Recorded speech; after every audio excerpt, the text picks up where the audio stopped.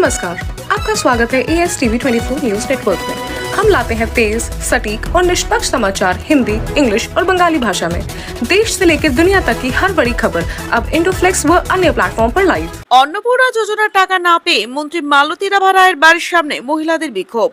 অন্নপূর্ণা যোজনার টাকা না পাওয়ার অভিযোগে এবার রাজ্যের মন্ত্রী তথা তুফানগঞ্জের বিধায়িকা মালতী রাভা রায়ের বাড়ির সামনে বিক্ষোভে সামিল হলেন কোচবিহারের একাধিক মহিলা। এর আগে একই দাবিতে তারা কোচবিহার সদর মহকুমার শাসকের দপ্তরের সামনে বিক্ষোভ দেখিয়েছিলেন।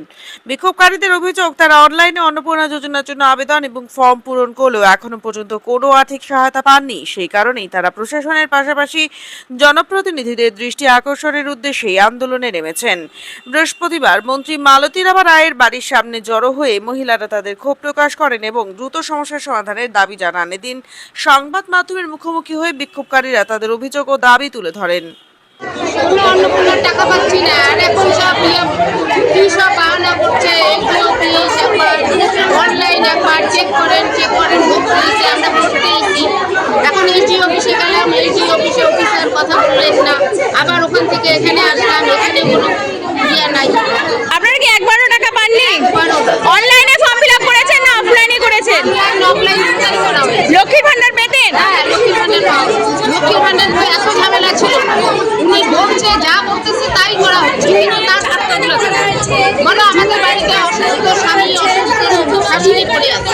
এই যে দিনের পর দিন আমরা সব সংসারের কাজ ফেলে এরকম করে পড়ে আছি, এটা কি সম্ভব? আপনার নাম? মায়াধী। কোথায় বাড়ি? পেয়েছিলেন আপনারা?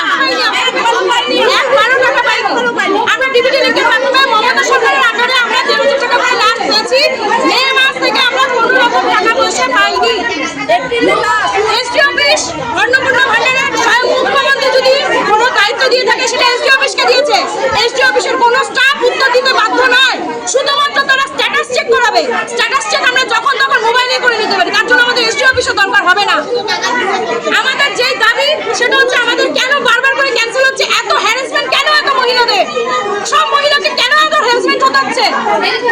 এই রোগের মধ্যে লাইনে দাঁড়িয়ে আমরা ফর্ম জমা দিয়েছি, তারপরে আবার অনলাইন করেছি। অনলাইন করার পরে বাড়িতে এনকোয়ারি হয়ে যাওয়ার পরে অ্যাপ্রুভাল দিয়েছে, অ্যাপ্রুভাল দেওয়ার পরেও এখন বলছে যে এখন ক্যান্সেল হয়ে যাচ্ছে। দেখা হলো এমএলএর সাথে? দেখা হয়েছে?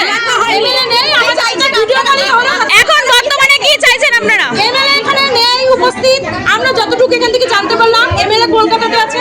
কিন্তু মুখ্যমন্ত্রী যদি সবার সাথে ভিডিও কলিং এ তার সলিউশন করতে পারে, আমাদের এই এমএলএ আমাদের এখানে ভিডিও কলিং এ আমাদের সলিউশন করে দিতে হবে। আমাদের সাথে অন্তত ওনার মিট করতেই হবে। কতক্ষণ থাকবেন এই বিক্ষোভ? কতক্ষণ করবেন? আপনাদের অনলাইনের পোর্টালে কি দেখাচ্ছে এখন? এখন আমাদের দেখাচ্ছে মোর দ্যান 3 উইকস।